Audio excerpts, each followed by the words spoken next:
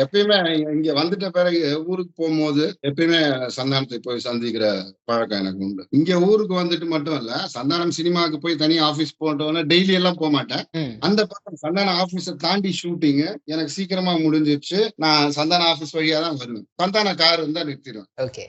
ஒரு ஹாய் சொல்லிட்டு வரும். அந்த மாதிரி சாதாரணமா ஒரு நாள் இருக்கும்போது போய் சந்தித்தது அந்த கேரவேன்ல போயிட்டு ஷூட்டிங் ஸ்பாட் போயிருக்கோம்ல, நேரா அதான். கேரவேன் வாசல்ல உட்காந்துக்கிட்டு எப்படியோ கதை அண்ணா நீங்களாண்ணா இருங்க நான் அண்ணா கிட்ட சொல்றேன்னு உள்ள அசிஸ்டன்ட் உடனே சொல்லிடுவோம்.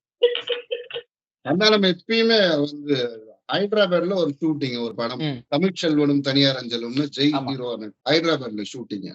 எங்களை எடுத்துன்னு போய் ஒரு ரூம்ல போட்டான். செம்ம அனல் அங்க. எனக்கு என்னடா இது ஒரு ஏசியும் இல்ல ஒண்ணும் இல்ல இப்படி போனா காலையில அப்படி வரேன்.